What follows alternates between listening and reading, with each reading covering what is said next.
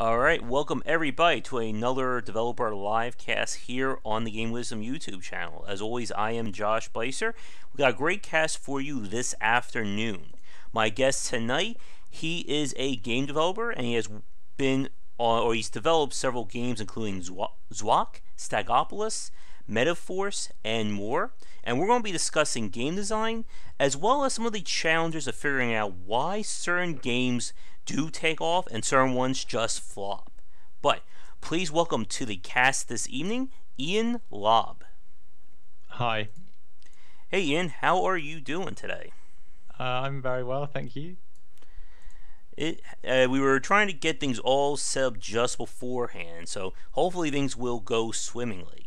And for people watching this live recorded, just as a special heads up, for myself, I am in peak allergy season right now. So there's a good chance I will be doing a lot of eye rubbing and off-camera nose blowing. We'll see how bad it gets. But I guess, how's the weather where you're at, Iain? It's really sunny at the moment. Where I live in Cornwall, which is like, I guess the US equivalent would be, I don't know, Coney Island or something. No, I don't know. Well, it's like the seaside, basically. No, not Coney Island. That's in New York, isn't it? Where's like a countryside-y place on the beach? The Hamptons, but like not posh. I am horrible with geography, so I'm afraid I can't help you there yet. So it's really nice here, but we get like sea mist and that sort of thing blowing in. Hopefully things won't be too bad. I think Powerful in chat is also being affected, so we'll see how bad things are for both of us. But it's great to have you on. We've been talking about doing this cast for a few weeks now, and our schedules have finally aligned. So it's great to have you. Thanks for having me on. Hopefully that I can be of some help to the audience. Not a problem. So, to get things going, since this is your first time on, Iain, for the folks watching us, whether it's live or recorded, could you talk a little bit about your background when it comes to the game industry? Okay, so, I mean, it all started for me in about 2000-ish, around that time, so that's like 17 years ago. I went to university to study, so basically, my entire life, I wanted to make video games, computer games. That has always been my dream job, and I got into making like Quake levels when I was at high school, and I saw like some code around that time, and it basically put me off pursuing programming, because back then code was basically like, it was all C or C++. That was like the only thing that you could make games with, and I looked at some of the code and I was just like, I will never understand that, I'm never going to get it. So then someone showed me a bit of software called Director, Macromedia Director, and that was basically a tool where you could draw some graphics, attach like little scripts which were written in a programming language called Lingo, which was it reads a lot like English. It says things like set the position of sprite 1 to 500 and that sort of thing. It was like written in English looking sentences. So I was like, okay, I can do that. And so that was what inspired me to go to university and study on the same course that it was my sister's ex-boyfriend, actually. And so I just picked to study at university the course that he was on, because that they used this tool, and I was like, well, cool, I can do that then. And so after graduation, I sort of worked in the so that my degree was in sort of multimedia, including games, but also very early versions of websites and things like that. So my route into sort of making games was making web games. So using Director, which made Shockwave games, and after that went away Flash. And so for 10 years I was a Flash developer, and that was where I got like most of my experience.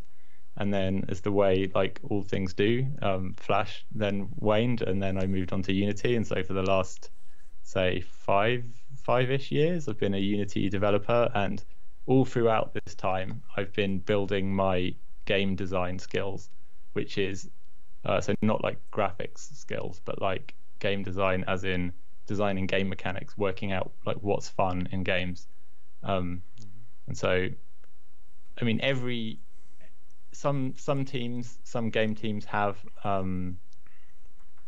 have a dedicated game designer, but every person who works on, every member of a game development team does some game design at some point. It's just inevitable, because every time you make a creative decision that affects the game, you're doing game design. So I found that even though times where I was not necessarily given the title game designer, I ended up designing the games. So I worked on lots of popular web games. Zwok was probably the most popular thing I've ever done. I mean, it's a shame it was a little bit before social media, so the impact of it is not that well recorded. But I mean, that had a player base of millions of players. He was on the front page of like dig.com like multiple times, which is the same as being on the front page of Reddit would be now. So that was like an online version of something like Worms, that sort of mechanic, where you little guys who fire things at each other. But for that, like, I came up with basically, because the thing that always annoyed me, so this brief came in that, oh, we're going to make an online artillery game a bit like Worms, and the thing that always annoyed me about Worms was that how long you had to wait for your turn, because in Worms is like one of you would have a turn, and then another one, and then another one, and then another, and then it got back to you. So if you're playing 4-player, you'd have to watch each people take your turn. So most of the time you weren't doing anything. So I just had the idea to, let's make it so that everyone fires at the same time. So you all set your trajectories, and then it goes like 3, 2, 1, go, and then they all fire. And so then it became, so then what you did is you got to do like a move. You got to jump a few spaces, like left or right across the screen, and then you could set your trajectory and choose which weapon you were using. And basically what that did was it sped the whole game up massively. So we had 6 players online, but it was always your go, because everyone took their goes at the same time. Oh look, a picture of me has just appeared on the YouTube with my Mawams. And the other thing that this did is it introduced like a hidden move mechanic, where basically you don't know what the other people's moves were. So you set your trajectory, but then before everyone fired, the other players would do their hops. So then you would never know actually where the enemy will be when it comes to the firing, which I think actually added in more depth. So that was super popular. The servers, we just couldn't keep up with demand initially. We just had no idea how popular it would be, because it was paid for by PlayStation.com. So the client for the game was Sony. They commissioned it, but they had no idea. They thought they were just making a little promo game, and it ended up being like, at the time, like one of the most popular things that they were doing. And there was talk of like spinning it out into like a console version and stuff, but in the end that sadly never happened. And that kind of is a good lead-in for our talk later on today about just how sometimes you just never know what game is going to resonate well with people. And I mean, probably the go-to example for right now, of course, is the Battle Royale genre, and kind of how that has just exploded over the last like year and a half or so. Yeah, now that's a really interesting one, because it obviously has a lot of good hooks about it. One thing is, on Battle Royale games, is so something that a lot of games have is they have a sort of like rising and falling action, where basically you have periods of intense combat or intense action, and then you have chilled out periods in the game where you're just opening crates or collecting stuff or doing some activity where you're safe, right? So like a lot of games will have an overworld, and then they'll have dungeons. So they'll have an overworld where you're pretty safe and you can just stroll around, and then they'll have dungeons where you're in danger and you have to fight. So something like Battle Royale, what it does is it takes something like Counter-Strike, that sort of intense action game, but it adds in a lot of just wandering around, a lot of dead time where you're just exploring and you're not in immediate danger. And that actually makes it more accessible in a way, even though like some games you don't really get to do even that much fighting, right? You're just opening boxes, looking for stuff, and then you get sniped from behind and you don't know what happened. But yeah, I mean, how the I forget the guy's name, but Player Unknown, how, because he did a mod originally, I think, for another game where he basically came up with the mechanic. Although obviously the mechanic it was already in like Battle Royale the movie, but people just didn't know that they wanted to play that, I suppose. Now, I went to your website. I'm going to put a link to it in chat for the folks so they can check out your portfolio. And over your time, you've created quite a variety of games. And this is one of the things I've always wanted to ask, especially among indie developers, that when it comes to like your general, I guess, design philosophy, is there a particular genre or style you prefer? Or is like anything up for grabs, like whatever suits your fancy for that given time? I mean, for a lot of my career, I've been a freelancer where basically, or I've worked for like back when I worked for Block, which was the studio where I used to be the head of interactive. Client briefs would come in, and that would be what paid the bills. So someone would be like Sony or whoever would be like the BBC would be like, we want to make a game to promote or to tie in with this TV show we're putting out, and there would be lots and lots of constraints. It has to be tied into Shark Week, right? So it's like it has to be themed around Shark Week, and it has to be we don't want any action games. It has to be a strategy game, and so that would be the starting point. And so from there, the team would look at all of the strategy games that we enjoy, say, and we would think about the mechanics in those games and what makes them fun, and then we'd go, well, which fun mechanics would tie in nicely to sharks, and then you'd start to get ideas. And any creative project is built out of combining ideas that you already have, right? Like there's almost no such thing as a completely new idea. So inevitably, eventually, by throwing all those ideas out there, you hit on something where you'd be like, that could work, and then you make it, and then only once you've actually made it do you know was it the right idea, was it good? Like there's no way of knowing at the start of a project. There's no way of like guaranteeing that you're going to make a good game. It's just it's not possible.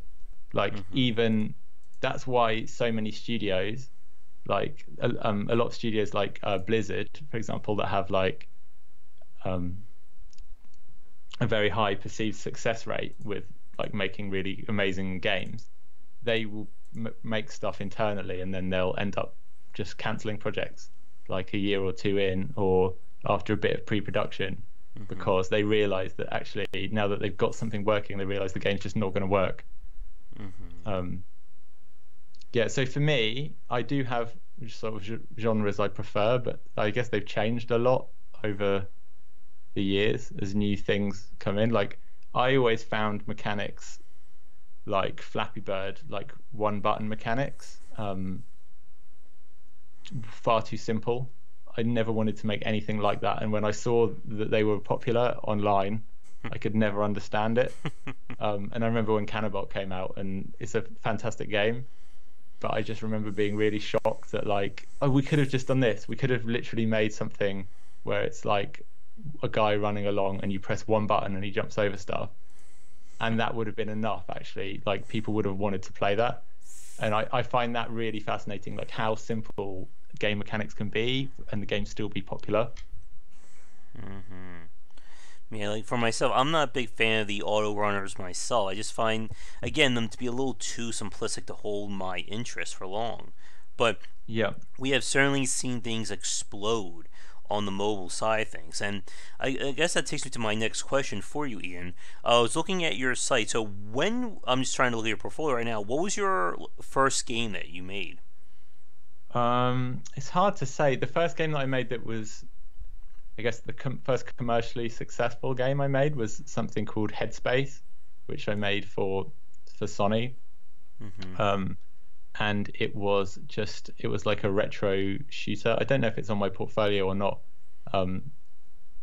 You can't play it online anymore, sadly. I mean, one thing I found is that literally in the last couple of years, like all of the Flash stuff that I did is no longer available, because people, people kept things up for ages, like, and then it gets to the point there where now, once Adobe announced, okay, there's not going to be any more Flash, it's like these things all suddenly start to disappear. Mm-hmm. So if you take, for example, Headspace, it's a 2D shoot 'em up, retro in the style of like R-Type or something like that, or I guess Ikaruga, or one of the ones where things come from the top down, right? Yeah. Like a bullet hell type thing. In terms of that, it was, I was, I guess, in the right, or I was in a right place at a right time in terms of my career, because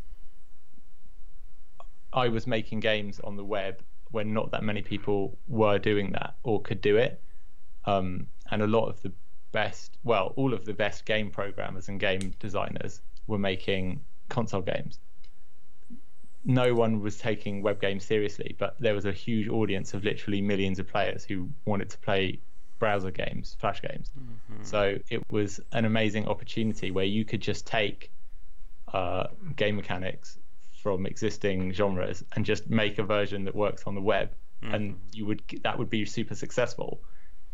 You can't do there's no equivalent to doing that now. I mean, it's the same when any market opens up. It was the same when the iPhone first added games, right? Mm-hmm.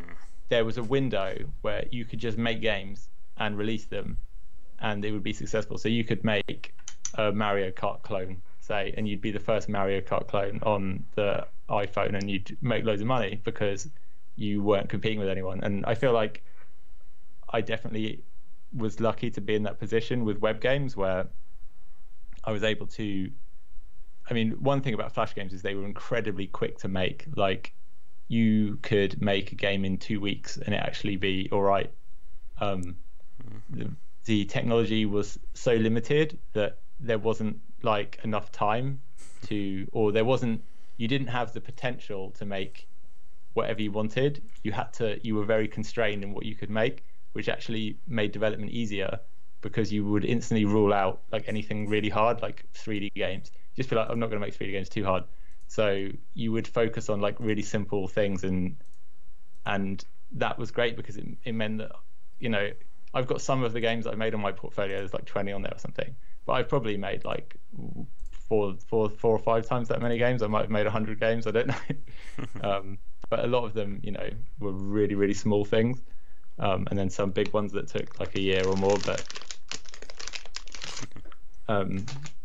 yeah, so going back to something you were saying earlier about mobile games, one of the interesting things about doing games for mobile is that the audience for mobile games is completely different to the audience for like core gamers.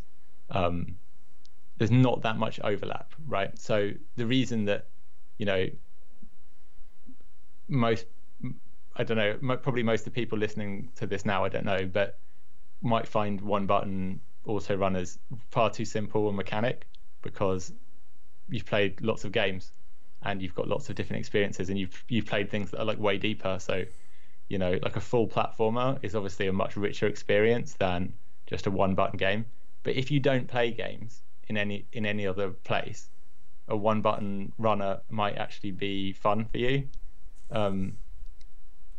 So it's an interesting consideration when you're making mobile games, is that audience, it's not the core gamer audience. So you have to think way more simply, and like you can't assume that players will know will know the conventions of games. So, you know, that you can't assume that they'll know what to do. You have to sort of spell things out more. Yeah, and a lot of really good points here, Ian. And I do want to touch quickly on the fact that I remember, again, like in the early thousands, even in the late 90s, really going to Flash for a lot of those simple games you described. I remember playing, I think it was like Water Balloon Drop. There was a series like that back in the day. And yeah, like it was a very interesting time. This was long before the kind of indie scene started to develop on Steam. It was long before even Steam was actually in the popular or in the pop vernacular of video games. And it's definitely interesting how things have grown. And as you said, like it kind of feels like the Flash scene has really been replaced by mobile development, with just how quickly games are being released, and again, just how easy or the kind of limitations that go into designing these games. Like again, you're not going to see someone make a full-on Dark Souls clone on iOS, but they can do something in a similar vein to it. And as we've said, or as we said on multiple podcasts before, there's definitely an issue with just so many games being released. And I guess I won't get to Thorne's comment in a second, but in where you're at now in the game industry, how do you feel about, I guess, just the amount of games that people are being exposed to on a day-to-day basis? I mean, as someone who works in the industry, it's completely terrifying. Like, it's interesting if you look at other industries in the past, other creative industries, and other industries in general, right? There's always been guilds and unions and things to try and protect people in the industry, in a sense, to like pull up the drawbridge a bit, right? To make things hard rather than easy, right? Like the movie industry never wanted to be accessible so that anyone could come and make a movie, right? Like there was the whole studio system, there's a whole thing, there's unions, you had to be in the right thing, and like, you know, if you wanted to be I don't know, an architect, say, you need 7 years of architecture training and get your architect certificate and stuff. But like what's happened with games is that everyone has done the complete opposite thing, and it's great, but we've just gone, hey, everyone can make games. Like Unity's whole philosophy is like democratize game development. Anyone can make games, and it's like, well, there's like billions of people now. There's probably, I think there's like 1 billion people with an internet connection. There's probably hundreds of millions of people that would like to make games, and there's probably millions of people trying to make games now. And that's both amazing and terrifying, because it means that there are just so many games. There are so many games.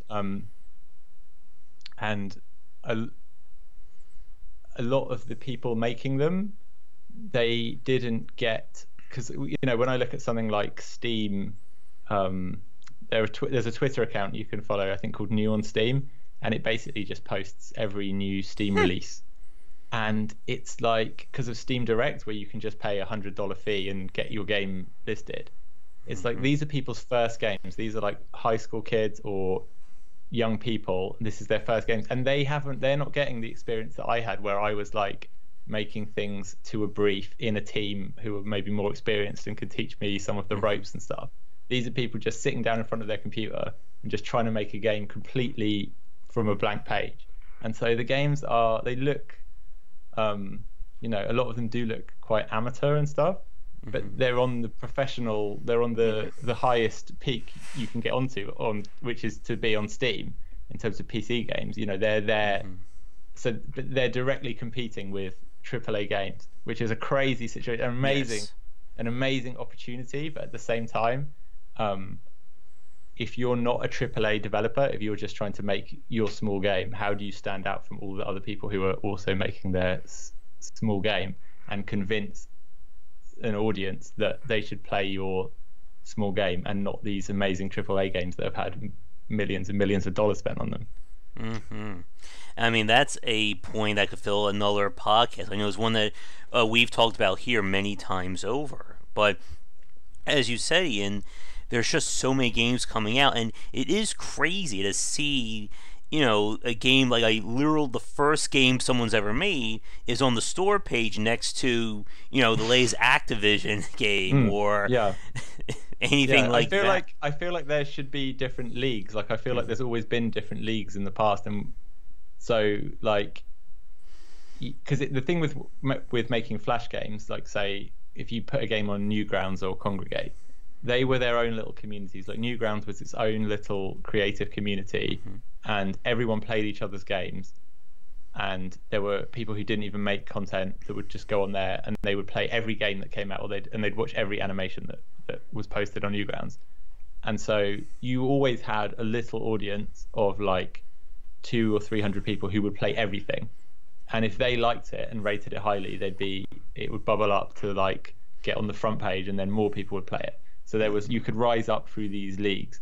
And I guess the same thing happens on Steam, where if you can sell 1,000 copies, you will get bumped up to a bit more visibility, where you get the chance to sell more copies and so on. So the hits get amplified massively, and then if you're not successful, well, I don't know. I guess I hope you didn't have too much riding financially on it, I suppose. Yeah, and I mean, one of the things for those of you watching who view our live show I do each week, I have a new section where I just go to the Steam new release list and just see what are the crazy games coming out for that week. Right. And it is crazy again because there's just so much. It's hard to separate the noise from the signal in a lot of these cases. And I know I was talking to game designer Cliff Harris about this. I think this was like a few months ago. Kane just brought up the game that we mentioned last time. There's a game actually called that, and that's the crazy part. But we talked about how one of the issues, I think, for a lot of developers is the fact that there is no vetting system. As you just said, Iain, in the old days, kind of the vetting was essentially in how these games are being promoted or how they were being ranked by people. So obviously, back then, the cream would obviously rise to the top. If your game was the only, really good platformer on the digital client or the digital platform, people are going to find it, and then it will get rated up. And we see that positive feedback loop. But for today, it's very hard for even good games just to get that initial foot in the door. And as you said a few minutes ago, for a lot of first-time developers, they were just kind of putting whatever they want onto the platform and not really learning why something works, why it doesn't work.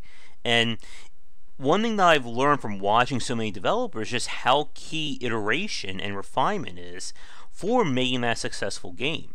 And that takes me to a really big question that I want to ask you about. But before I do that, before it gets any pushback further, Thorn in chat asked, did you ever work on a game that you really hated? And if so, how did you deal with it? I mean, yeah, many times I have had to do that. So I guess you could, if you look at my sort of career overall, you could divide it into games that I made for myself, like under my own initiative, and that was exactly what I wanted to make. But then I was the person paying for it and taking the financial risk, I guess.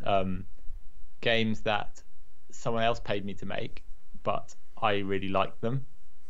So that would be things like Zwok. I'm 100% proud of that. I think it was amazing, an amazing game and a good achievement. And took no financial risk on it. The client paid for it. And then there's another group, which is things that I was paid to do that I didn't like. I didn't like the source material, the thing that it was a tie-in for, or the brief that sort of came with it.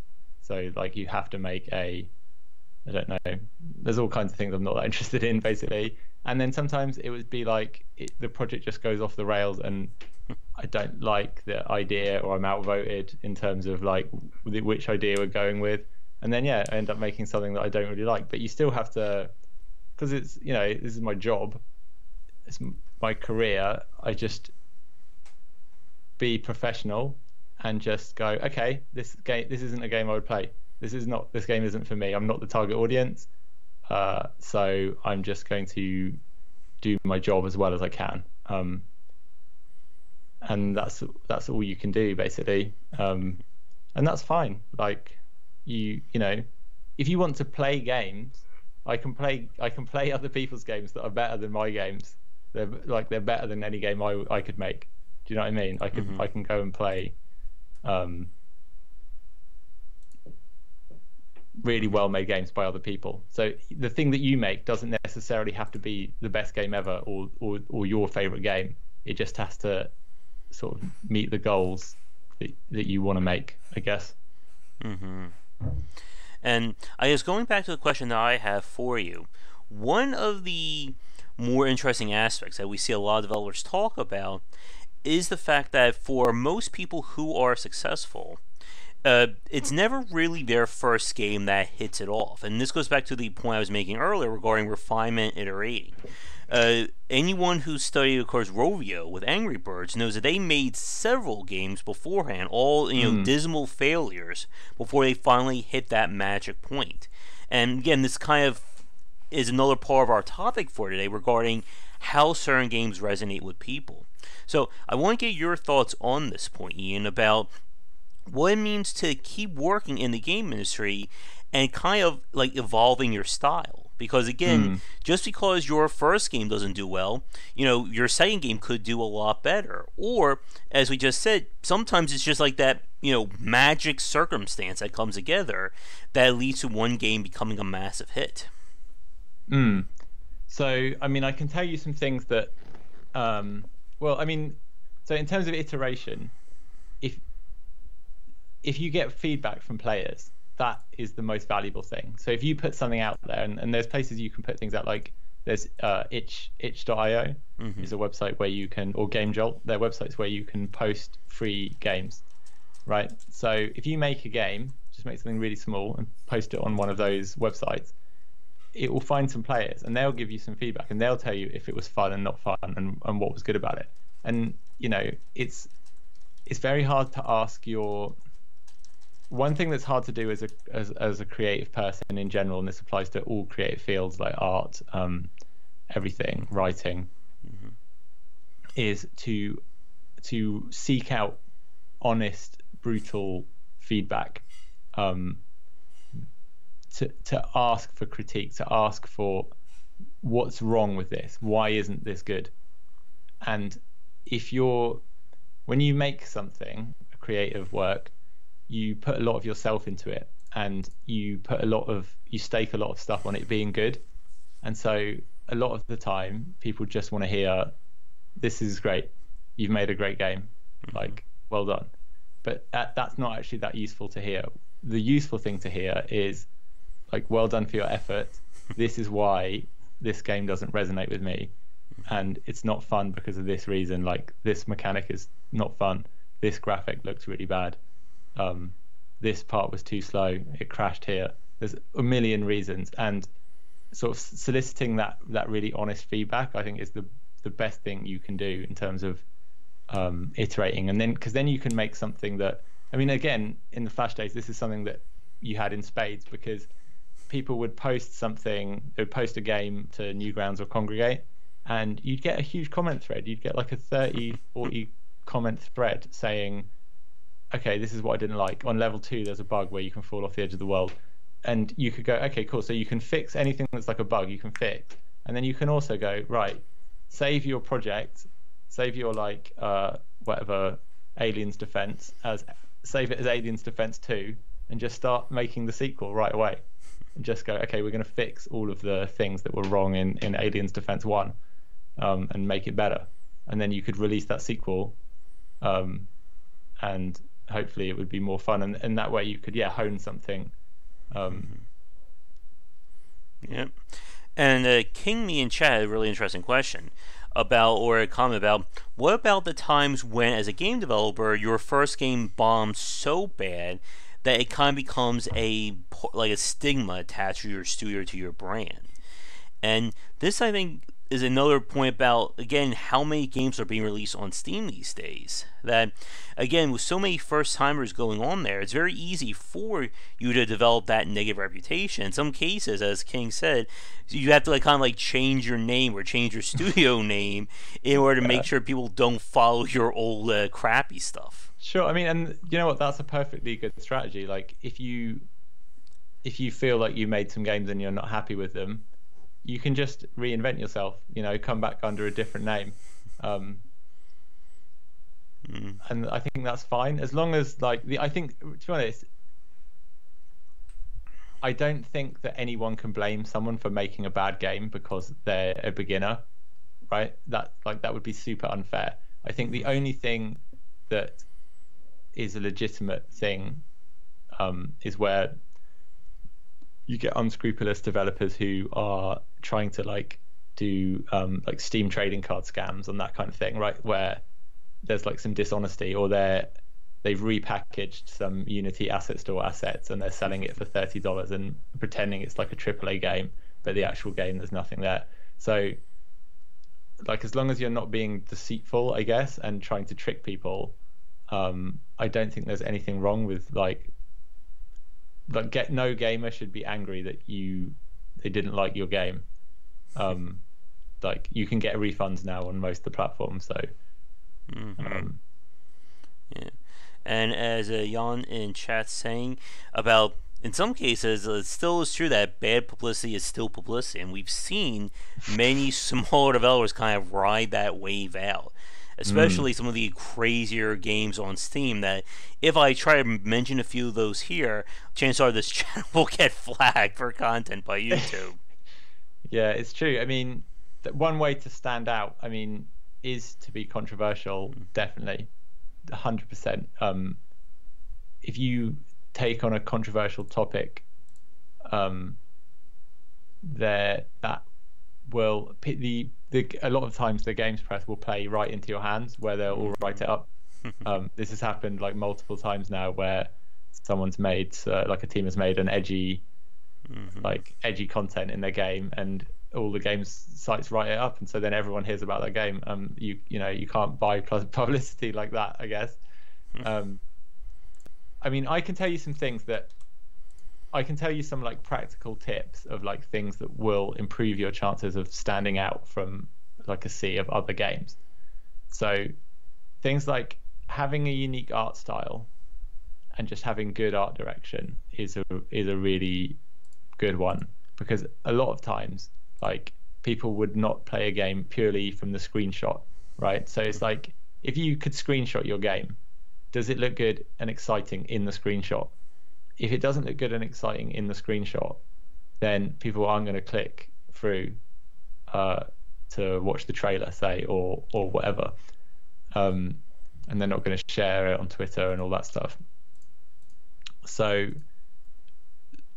having a unique art style, or at least having like art that reaches like a minimum quality, I think is really, really important. Humor is a great one.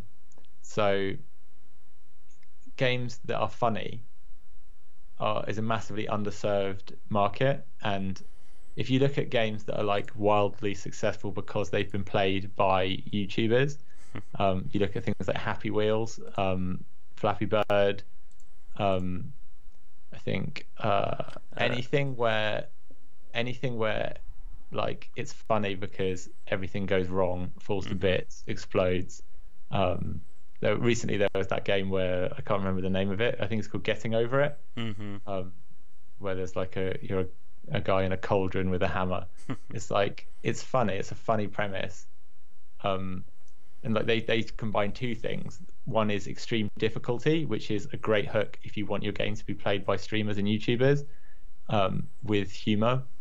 So those two things together make something that's like very, very watchable. And if something's very watchable in the 2018 where we are now, that's the first step, I guess, to being something that people might go and download for themselves. If your game is no fun to watch, then even if it's fun to play, you're at a massive disadvantage, because people aren't going to see the fun Like if you tried to release chess as a video game in 2018 and it's just some shapes moving around, people would not get it. I think they would not get why that's fun. And it's also kind of why it can be a harder sell for, I think, games like RPGs or strategy titles, where a lot of the enjoyment of that game is what you as the player are thinking about. It's kind of hard to show how exciting it is to play a game like Crusader Kings 2 or Solaris when a lot of that is going on behind the scenes. But as you said, we've certainly seen the rise of, I guess, quote-unquote, YouTube or stream-friendly titles. Again, another big one, of course, would be the Five Nights at Freddy's series. And that's a very interesting point. I know a lot of core gamers aren't a fan of those kinds of games. I think it goes back, again, to that simplistic appeal that we talked about earlier with one-button mechanic games. I guess, as a developer, what do you think about that, trying to make a game appeal to a YouTube stream market at the expense of maybe the game design or the gameplay itself? I don't think it would come at the expense of necessarily. Like, I think a good there should be YouTubers for every genre of game, right? And like if someone's playing like a slow strategy game, a good YouTuber will describe their thought process while they're playing it, and they'll say, okay, I'm thinking about, should I build this, should I build this, which things should I prioritize here? So all of those decisions that you make are interesting things, I guess, to talk about.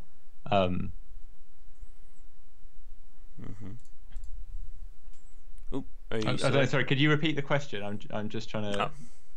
I was just talking about, like, what are your thoughts about those games that are designed about basically that compromise, or if there is a compromise between the YouTube/Twitch friendly games and designing like either a well-made or in-depth design?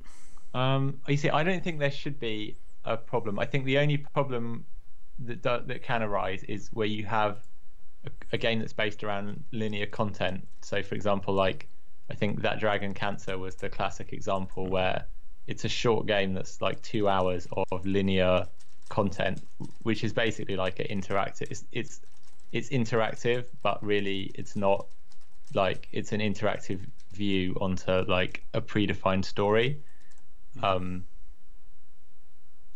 If you watch a YouTube video of that, you're basically going to get the full experience. You're not missing anything, and that becomes a problem because watching a YouTube video of it does become a substitute for actually playing it yourself. So I guess in terms of that, just don't make those kinds of games. Basically, like in general, I think it's a good idea to make games that have a big possibility space, i.e. games where lots and lots of different things can happen. If you make a very linear game, it has bad low replayability. And that's bad from a player's perspective and from the perspective of getting YouTubers and streamers to play it. So, you know, the ideal game for 2018 is one where like there's millions of different things that can happen and every playthrough is different. And I think that's one of the major pillars about why Battle Royale has become such the it game for 2018. Because again, when you put 100 people in a confined area like that, anything can happen. As you said earlier, you can have a match where you are number one, or you could go pick something up and then someone snipes you in the back, 5 seconds into the match, and there's not much you can do about it. And that kind of variance, I think, is a very big part of what drives that kind of multiplayer aspect. And even, again, it drives replayability. Now, here's the question I just have for you. And regarding, again, about titles that are built on short loops versus, again, replayable ones, there's, of course, the ever-popular example of the quote-unquote walking simulator genre. And this goes kind of what you were just talking about with regards to games that it's kind of all about that initial experience. Like, you can't really replay Gone Home or Firewatch 20 times to get 20 different experiences. It's about kind of like savoring that first one. So I was just wondering, what are your thoughts on those kinds of games where it really is designed from the get-go as, you know, one-time play, and then that's kind of it? I mean, it's interesting. It's not a genre that I ever thought would exist. Like, you know, back when I was making Quake levels in my bedroom, if someone said there's going to be games where that are like, it's a piece of art where you wander through a landscape, listening to like an audio book story about like a dead person or something, right? Could never have imagined that would have been a thing. I never would have thought there'd be an audience for it. You know, I just thought people like games about guns. The whole thing's been a huge surprise to me. It is about the experience. I think some of them. So if you take, for example, Firewatch, the art direction on that game is just fantastic. Like, it's a visual treat, and you know, playing that in the big screen, it's semi-interactive. Like, you feel like it's interactive, even though you're not really changing anything. It feels interactive. You know, that's a cool experience. I think my example of just being completely wrong, again, is the whole idea of Steam taking off. You know, back in 2004, playing Half-Life 2 for the first time, thinking no one would ever want to, you know, have a digital platform and have to put all their games on there, you know, and I can't use a CD anymore. I mean, how's that going to work? Well, yeah, I mean, the thing is, you didn't imagine that broadband speeds would ever get to the point where it was practical, which is really silly. Like, there's a good quote, but I've forgotten what it is, and it's something like we overestimate how much you can do in like a week, and we underestimate how much you can do in like a year or something like that. Anyway, and it's no, I don't think it is that. Maybe it's you overestimate how much you can do in a year, and you underestimate how much changes in 10 years or something. But it's like the world changes incredibly fast. These technologies change. Yes. They change so fast. You know, trends in the games industry is incredibly trend driven now.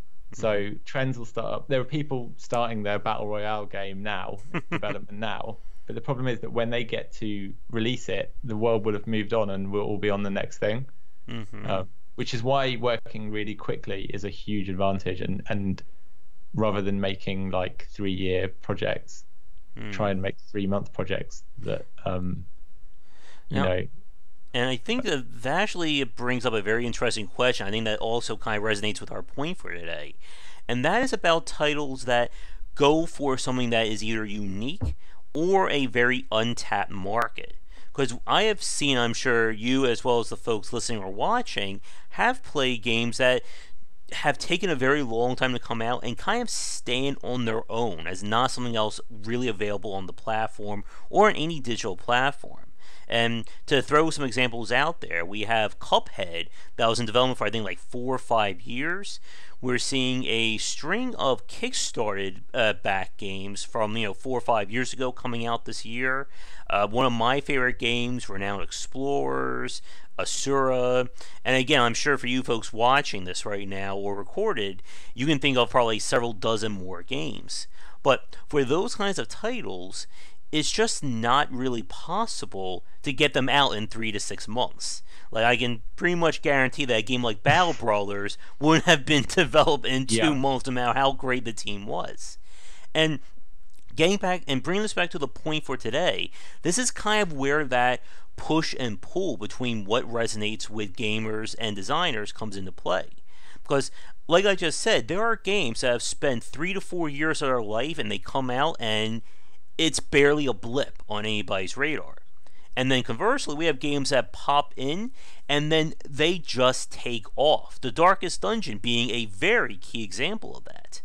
And it can be very hard. I know, again, with our topic for today, it's very hard to, again, distill why some of these games work and some of them don't. Because at the end of the day, it takes time to make a quality game. You can't really, there's only so much you can really optimize or rush through during game development without actually hurting your core gameplay loop. But the big point is, like, how do you really know how long to spend on a single title? Because again, in the perfect world, you could spend 10 to 15 years working on your dream masterpiece game. But again, that's the dream world. I mean, that's what happens where you get like Dreamcast games coming out now or something like that, yeah. Because it's like it's been one person's masterwork for 10 years. And I mean, and that works great in other mediums. Like if you're painting a picture, it's okay to spend 10 years painting this picture. Same thing with writing a novel, because it's like the technology for those things is not moving on. But the problem with games is that if you wait too long, that the technology's changed and your thing no longer looks state of the art, or the art style is no longer fresh or whatever. So to that end, I mean, a lot of it's dictated by how much time and money you have. You know, anyone with any development budget at all that's not just doing things evenings and weekends, I think is incredibly lucky. If you look at the broad picture, like if you get to make games as a job, I think that's amazing. If you're a studio and you've got finance from somewhere, like whether it's from sales of a previous game or investment from publishers or whatever, you know, you're doing better than almost everyone else. So yeah, a lot of it's just dictated by how much time and money people have. I think it's a shame when you see, and it happens quite often, people have a hit indie game and they put all of their money that they make from that into the next one, and they spend like 3 or 4 years on it, and then the next one is not successful. It's not a hit. It doesn't. And a lot of the time when that happens is because the developers decided to do something completely different. They were like, we've made a physics puzzle now. We've done that. We're going to make now a puzzle platformer, and it's like, or we're going to make a multiplayer platform brawler, and it's like, it's completely different. It's like you've started again from scratch. Yes. And it's like you're not building on your previous success, and I think that's the problem with that approach. You know, the sensible thing to do, if you have a hit, is just try and recreate it again, reusing as much as possible from your previous one. You know, if you look at people like James Cameron, I really like James Cameron, you know, the movie director. It's like he's really only got like a couple of ideas. Like the same things come up over and over again in everything. There's Terminator 1, there's Terminator 2. You got the Terminators, you got there's the robots, there's the guy. Then you look at like Avatar, or there's these like aliens, right? There's the dropships, there's the colonial marines, there's these things, and then you look at Avatar, and it's like, oh look, there's the dropships from Aliens, pretty much. There's the mech. The mechs in Avatar look almost exactly like the power loader in Aliens. He's like and like the magical fauna on the planet is like the sea creatures in the abyss. So it's like all of the things. You know, the people on the submarine in the abyss are exactly like the people in the spaceship in Aliens. So the whole thing, he's got some themes that he wants to, that are his ballpark, and he's totally happy just making stuff in that area. And I think that's a fantastic idea. I think if you know what you like, and you know what you're good at making, like it's okay to keep making that stuff. Like I saw that Spelunky 2's been announced, and I think that's great. Like, you know, why not? Yep, there's another 100 hours of my life going to disappear when that game comes out. I think that's great, because most indie games from that period that were really successful, they don't have sequel. You know, they don't have sequels. There's no Fez 2, there's no Braid 2. You know, there's so to see Spelunky 2, I think that's going to be great. Yeah, and there's actually 2 really good points there that I want to bring up about what we just said, Ian. The first one, that description you had about developers who go all in on their second project and make it completely different. That whole time you were saying that, I was just nodding my head, which the folks watching us can certainly attest to.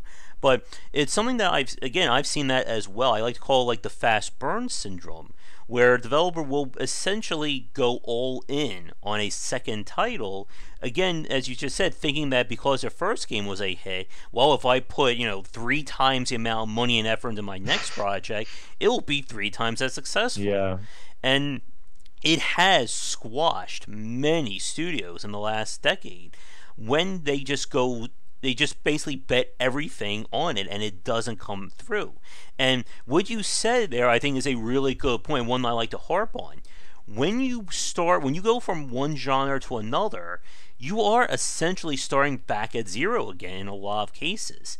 If you are known as the hardcore RTS game developer guy, and your next game is going to be a physics-based puzzle title, you can't really translate those two different designs one to one.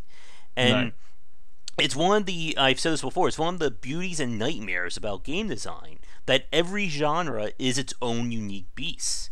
And just because you know or knowledgeable in one doesn't make you the expert on all the other ones.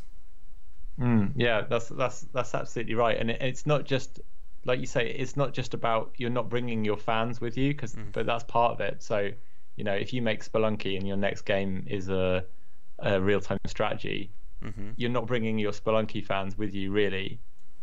But it's not just that. It's also everything you learn about making Spelunky. You're not bringing into the RTS game, because it's a completely different. Like you say, it's like every design decision is completely different set of criteria, and I think that's one thing that's been interesting. Going back to, we were talking about sort of my career, is that I have never got to, because like the work I work on has always been dictated by what people will pay me to do at any particular time. I have flitted around genres madly, so I've made sort of one of everything, really. There are a few things, like there was a while, like in the Flash days, where I think it's like 2006 or something, I made about 5 scrolling shoot 'em ups in the style of R-Type, and because that was like a mini genre that I'd like nailed, and I knew how to make it fun and stuff, so I could sort of churn those out. But then people stop being interested in them, and things move on. There's new trends, and that gimmick is not funny anymore or whatever, and you have to do something else. Yeah. And I guess the other point I wanted to bring up there, Iain, is what you said regarding the developers who don't really go to sequels, or who really just spend it all on one title. And this is another very interesting aspect, or a different approach that we see from the indie side versus the AAA. Because as anyone who's watching this knows, when a big hit game comes in the AAA market, there's going to be sequels.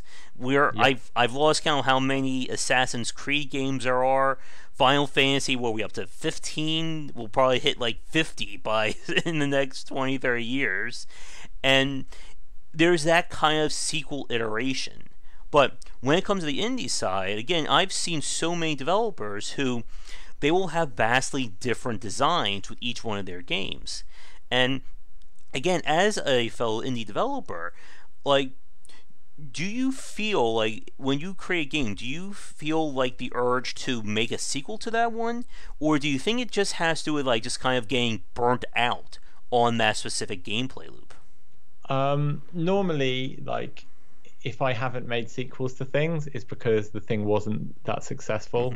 And so I was like, so take for example, one of the first games that I made after I left Block as a true indie. So my game idea, I'd even did the graphics, I programmed it myself, whole thing. It's called Owlspin, and it was like medium successful for a Flash game. It made its money back. It like made a profit. Like enough people played it that there was got sponsorship and ad revenue and all the stuff that you needed to get back then to make a profit on a game. It wasn't successful enough that I wanted that it was worth doing a sequel. I knew that if I did a sequel, it wouldn't be much more successful than the first Owlspin was. So there's like no point in doing it. So Whereas where things have been hits, so for example with the shoot 'em ups, I did one that was really popular, and it's just like, time to make another game. I'm just going to do another one because the first one was so popular. There's no point, I know what I'm doing with it. It's going to be quick, and it's going to be much more successful than trying to start from scratch, where you're rolling that dice. So I guess every time you have a hit, that's a data point of like, okay, people like this. And every time you have something that's maybe not a hit, it's often not worth pursuing that. I mean, in AAA, the reason why everything has a sequel is that it's a very money-driven industry. Whereas I think with indies, there's a lot of people who sort of consider themselves artists or whatever, and they are not necessarily making every decision from a financial standpoint. They're making decisions based on what do they want to work on. Yep. And the other aspect that King brought up, I thought, is a really good point regarding that difference between sequels and just keep developing a game, has been the rise of the games as a service model, where it's not about creating 10, 15 games over the span of 4 or 5 years. It's about taking one game that everybody likes and just expanding the hell out of it with new content, updates, maps, you name it. And this has become a very popular, and when it works, it can really take off for a studio. As Oscar said in chat, Warframe being a big example, Team Fortress, League of Legends, Path of Exile, and so on and so forth. And I just want to get your thoughts on that kind of approach, where... Yeah, I mean... Oh, go ahead. Oh, no, you go. Sorry, you finished your sentence. I was going to say where it's not about creating a franchise, but just about creating one game and just blowing that one up as big as possible. Yeah, I mean, I think that is great. I think that the reason that sequels existed was very much to do with the medium at the time of, say, for example, you release games on disc or you release games on CD. You couldn't do that as a service. You have to release one, and you have to release the first game, and then you have to release the sequel. Whereas now everything's internet connected. You can update people's game clients whenever you want. Obviously, that possibility exists. I think that I really enjoy some games that are games as a service. I'm really into Clash Royale, that game, on the phone, and I think that's a fantastic game. I think it takes things from games like Hearthstone and it gives it a new twist. I really like that. I like all of the stupid mechanics in it. Like, I'm just going to go and open 5 different crates, or 5 different chests. Like, I don't mind that. I find those mechanics, these like addictive mechanics that come from like sort of brought over from the gambling industry or whatever. I find they work on me just as well as they work on anyone else. I find them extremely addictive. Like, I find opening chests and seeing what random stuff I've got really an addictive mechanic. Anything where you have to come back every day and you don't even have to, that's the thing with Clash Royale, you don't even have to play the game. You can just open it and go and open your chests for that day and then close it, and it's like I didn't even play one match, but they got me, they tricked me into like opening the game up. But and as long as the game is good, and I think that like Clash Royale, for example, I think the game is really good. I think it's a really solid game mechanic. I don't mind it at all. I think it's a really thing. Now, one thing with that is that requires a big team to do something like that. That if you were trying to do that with like a small team, like a 2-person team, and to constantly be, I mean, small teams really shouldn't even take on multiplayer games, really, because there's so much that can go wrong. Oh yes. In multiplayer games, and it's so easy to get it wrong. If you can get it right, the advantages of making a multiplayer game are so huge. Like, a lot of the most fun games are multiplayer games. Clash Royale, any battle royale, those types of games. They only work because they're multiplayer games. Yeah. Wouldn't work as a single player game. But it is so hard to get it right.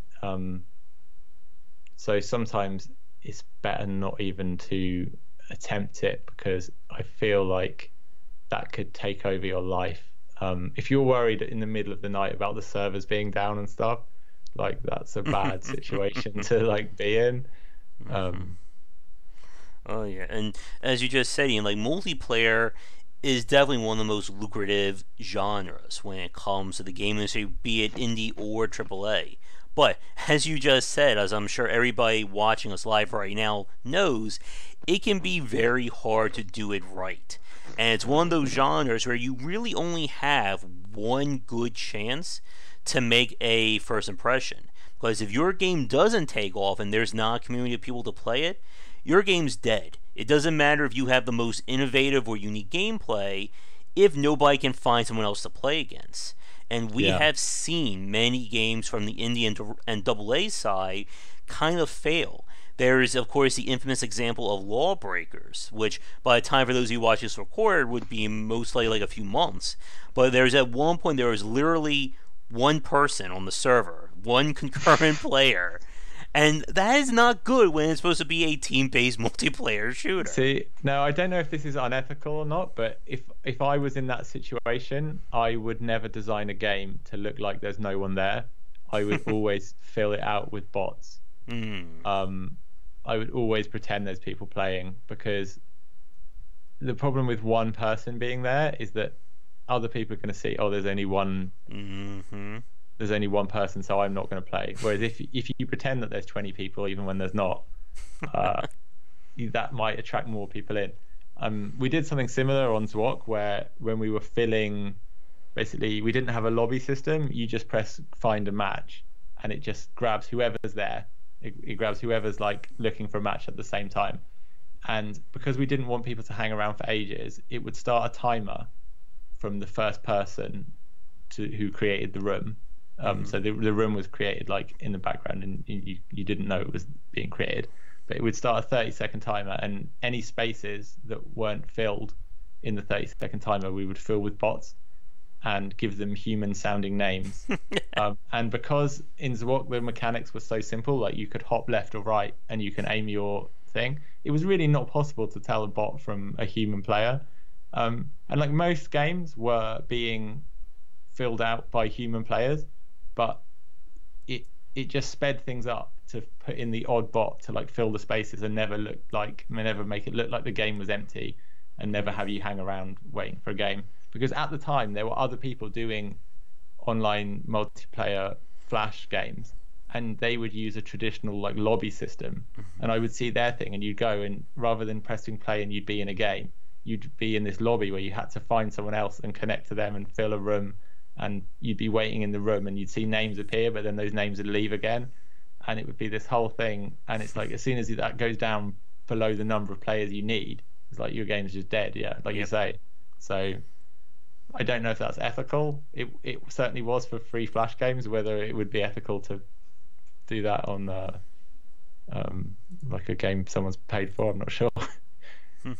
Trick people into thinking they're playing real players, I don't know. Yeah. And again, it can be very hard when you only have that one solid chance to get people interested in it. Now, I want to do a quick time check here. We are just about over an hour and 10 into the stream. I know we set a soft stop at about an hour and a half. And I figure, I guess, how do you feel about keep going, Ian? Do you want to begin to wrap things up? Let's keep going for a bit, and then Okay. All right. In that case, I think let's try and focus a little bit more on our main topic then. And I think that will probably take us to the end, and we'll see how far things go for it. But that's, once again, we kind of been talking about it already, trying to figure out why certain games resonate with with gamers and other ones don't. And I guess I want to give you what my thoughts are on this. I want to see what you think about this. Yeah. And that is, in my mind, I think there's a lot more to a successful game these days than just making a really solid title. And I think for a lot of first-time developers, they tend to struggle when it comes to the PR or the advertisement side of things, or what you were saying about in the first part of our cast regarding making the game interesting to look at, that good first impression. And I was wondering, what do you think about that? I definitely think that's a factor. Like every game needs to have a unique selling point, like the thing that makes someone want to play this game Hmm. and not another game. If your game has another game that's the same game but is as good or better, then you're sort of going to be in trouble. Like if you set out to make a fighting game, say, Hmm. you're competing with Street Fighter, you're competing with Mortal Kombat, you're competing with all these established franchises. So you have to have something that makes your game completely different.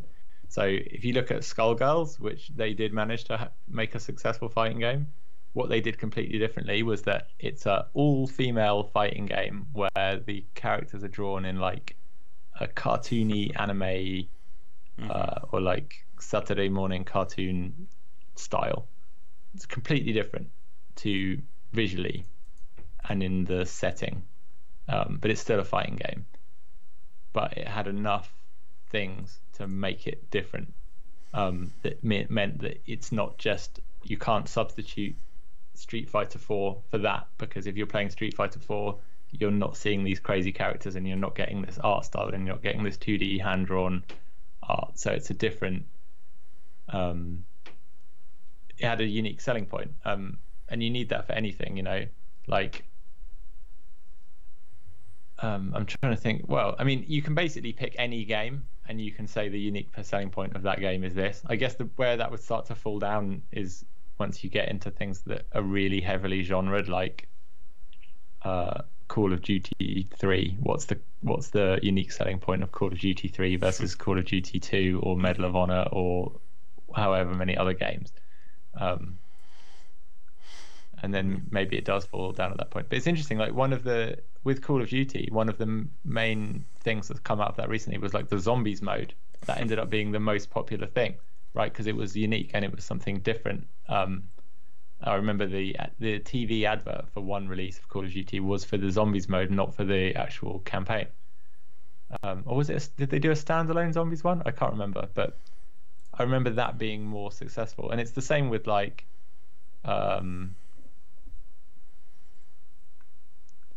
things like Battle Royale, the mod being more successful than like the game that it was a mod of. Yeah, and like it's very tricky, I think, to find, as you said, that unique selling point, or that unique hook for some of these titles. And the chat is talking about like fighting games and even something like Fortnite, which again, if the battle royale or mode that was in the original mod or the original game was more popular than the main game, then Fortnite kind of came along and became more popular than PUBG. And it's very hard, I think, when you're trying to decide where you're going to go with this kind of game. And we mentioned this earlier with that kind of the decision making of how much to spend on a single idea. Because you have, and as you said earlier, with the game industry being very trend driven or hit driven, we've seen developers, break themselves for spending 3+ years on a single title, and in many cases getting that success. Something like Stardew Valley being a good case. And when other developers or first timers see that, they go, well, I'm just going to spend the next 3 to 5 years of my life working on a single game, and I'm sure it will do just as well. But I mean, I can't remember the exact backstory for Stardew Valley, but I think that he had the audience on board right from the start of development. Like, the people knew about this game. They knew that he was, I can't remember if it was a Kickstarter or how he announced it, but people knew that he was making a sort of Animal Crossing style, not Animal Crossing, what's the one? Harvest Moon. Harvest Moon, bit like Harvest Moon, bit like Animal Crossing. And people wanted that. People were already on board for that, and people just waited patiently, and they were like, I hope it's as good as my expectations. And then it came out, and it's like, wow, it is as good as my expectations. Brilliant. And he had a good, solid idea.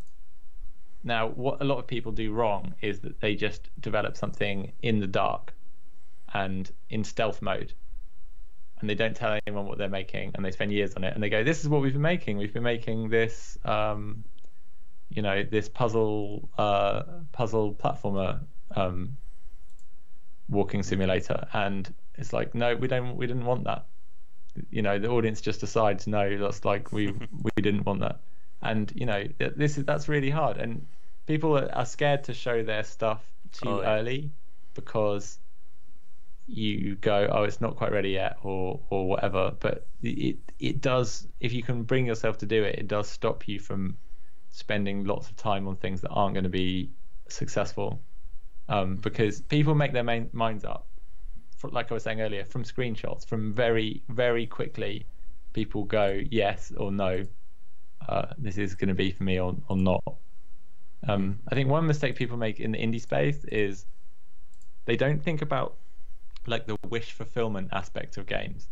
So for me, the games have an element of like fantasy, you know, fantasy like role play in like the classic sense, as in this game allows me to be a firefighter, this game allows me to be a jet pilot, this game allows me to be a gladiator, right? These things that you played as kids,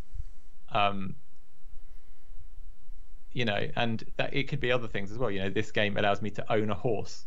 You know, it's like owning a horse is like a really expensive thing in real life, right? And time consuming and whatever. But the fantasy of owning a horse for like a lot of people, you know, young girls and guys, is really important to them. You know, that would be their dream, right? So, you know, there's games where you get to drive a train, right? And you drive a train across Germany, and it's got a recreation of the German countryside, and this is like hugely successful and popular. Everyone, you know, people want to play this. People who grew up, you know, in Germany or around Europe their whole life, looking at the trains going, wow, I wish I could drive that train. That's their dream, and that's the thing that they get to fulfill through that game. Now, I think a thing people can do in the indie space is they can be really too weird.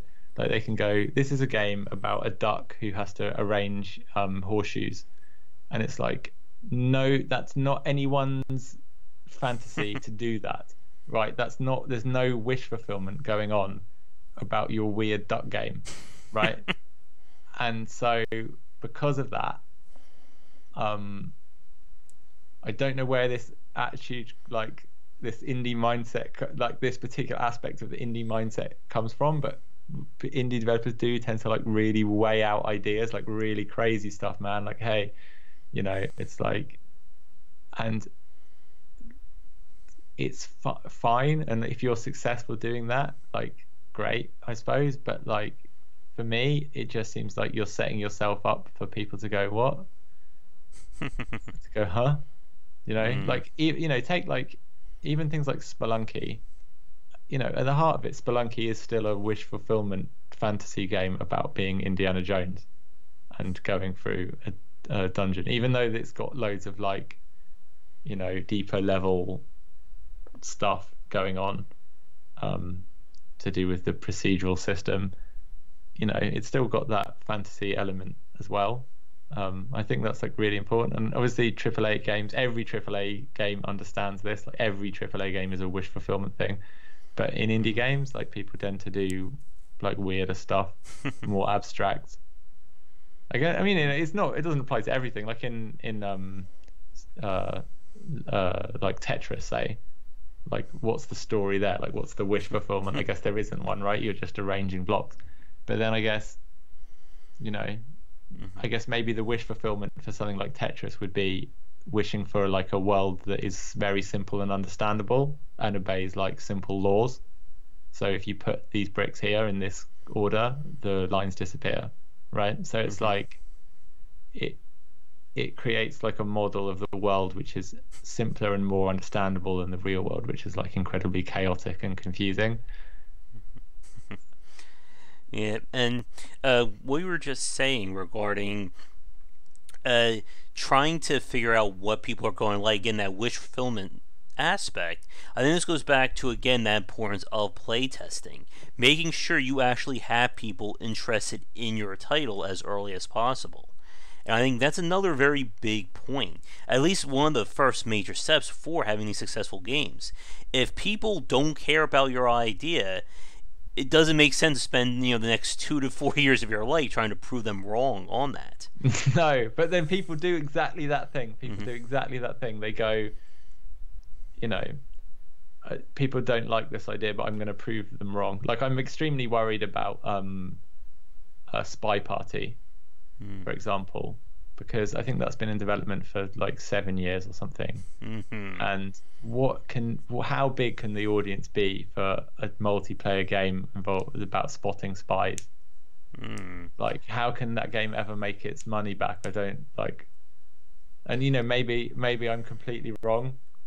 I don't know, but if I was involved with that, I'd be extremely I just wouldn't. But I mean, that's one person's idea that they were sure was great. They prototyped it. They showed it to people. People played the prototype, said the prototype's great. So all the time he's been getting the right feedback, right? This is good, and it's not just his idea, and it's not just him trying to prove people wrong. But I mean, like, how big can the audience be for that? I don't know. Yeah, and that's another major part. It actually takes me to the second thing I wanted to ask you about, Iain.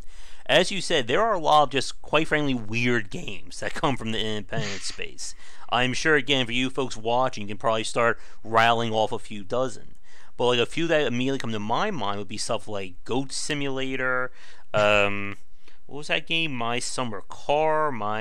There's this My Summer Car. Yeah, something like that, or even what we were talking about earlier with Getting Over It.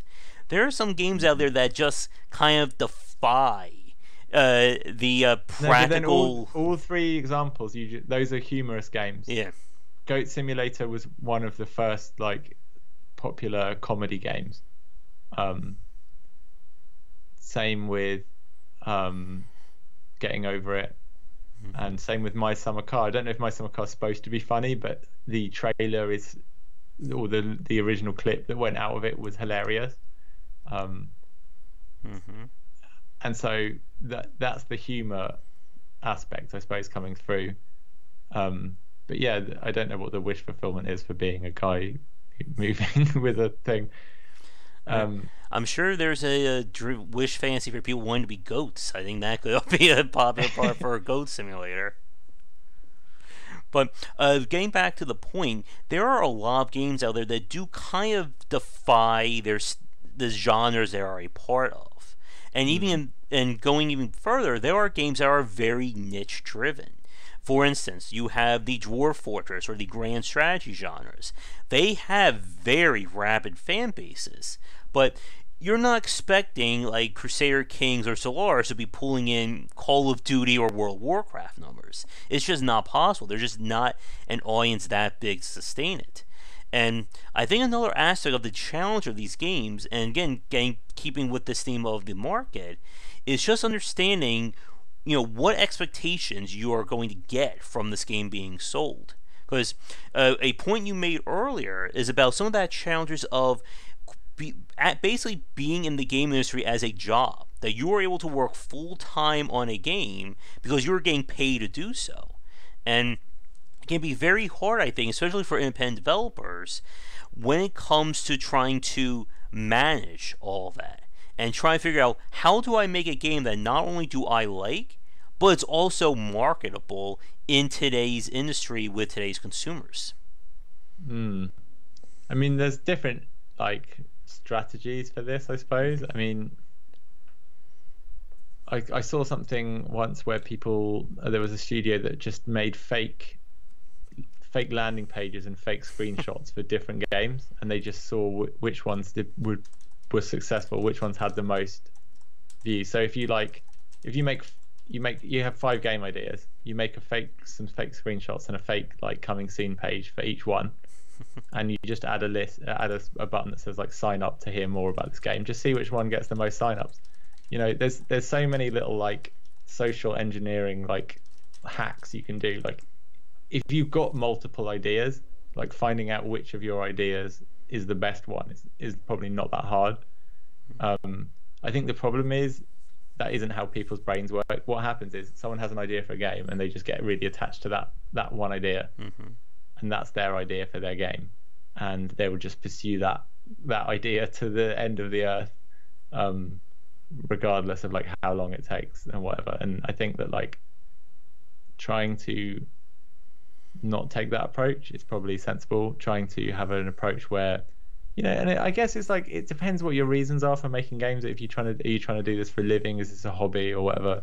But I think if you're trying to make games for as a business, you have to treat it as a business. You can't treat it as a hobby. You can't just do the things that you think will be the most fun. You have to make the ruthless decisions. You have to go, okay, I'm going to throw away the idea that was my favorite idea, and I'm going to do this other idea that for some reason is 5 times more popular.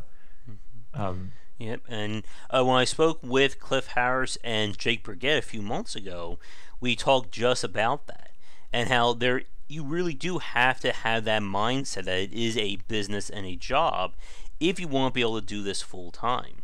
And again, I think this is where a lot of first-time developers tend to struggle with when it comes to kind of putting the art aside and trying to earn that paycheck. Yeah, I mean, I think making games is a craft that you need to learn. The craft only gets you so far, though. That gets you can make like a game that's like solid, like you say. Like you can make something solid. Okay, it's like doesn't crash. It has all of the things that someone expects to see in a game. It's got a main menu. You can play again. You can save your game. You can do all of these, tick all these boxes. But beyond that, it's a matter of that's how to make it. It's what are you making, and that's the where the business decisions come in, and that's where things like, like most independent developers are. Well, I wouldn't say that's true, but there's a big group of independent developers who are obsessed with like trying to do market analysis, trying to look at all the things that are coming out. Why are they successful? Constantly that there's so many. I really like. Have you ever seen the Clark Tank? I think it's called. No. Ryan Clark, I think, is that his name? The guy. He was the developer of Crypt of the Necrodancer. Oh, okay. And he used to do a YouTube show where he just looked at new Steam releases, and they would like make bets on which ones will be successful, and he would analyze the charts and stuff, and it was really fascinating. And that's why like losing Steam Spy, for example, is like that's quite a big loss for developers, because it was really useful to just go, okay, this game that I've seen loads of hype for, is it popular or is it not? And you could go on and you could go, it says roughly 5,000 owners, so it's not popular. But it seemed to me like every game site was writing about it. That's if you didn't hear, do you know about the game Where the Water Tastes Like Wine that came out I think like 2 months ago? No, I don't know about that one. That was a narrative adventure game that came out. It was heavily hyped by a lot of game journalists and critics, and the game just collapsed. Like, it did not do anywhere near what they thought it would do. And again, it's kind of that very weird thing, and this is probably a topic too big for the cast right now, but I think it can be bumped up or talked about briefly here, and that's that difference in perception between the game journalism side and the actual game consumer side. Because as I'm sure you're no doubt aware, I'm sure the people watching or listening as well know that there are games that critics will hate, but the consumer or the marketplace will love, and vice versa. We see the same thing in the movie industry. There are plenty of examples of cult classics that all the critics hated, but it still became a well-known or very popular hit movie. It's interesting though, because like games writers, a lot of them are extremely intelligent people. They went to university and studied English, and they studied criticism of literature and all these things. They're interested in writing about games that have ideas behind them and games that have deep meanings and these kinds of things. A section of. So something like Where the Water Tastes Like Wine, that was some sort of narrative game, right? Is that right? Yes. Yeah. And probably great to write about, but it's not fulfilling anyone's fantasy of what they actually want to play, and you're not having fun when you're playing a narrative, when you're going do a narrative thing, because like fun is something you get from play. You don't have fun reading a book ever. You might enjoy the book, but you're not experiencing like play. And for me, if you're not experiencing play, like, well, that's the reason that players, gamers, don't get on board with things sometimes, these sorts of games. But they're great to write about because they might have interesting ideas in and things like that. So I think that's where that issue comes from. And there might be games that are super fun, but there's really nothing to say about them. One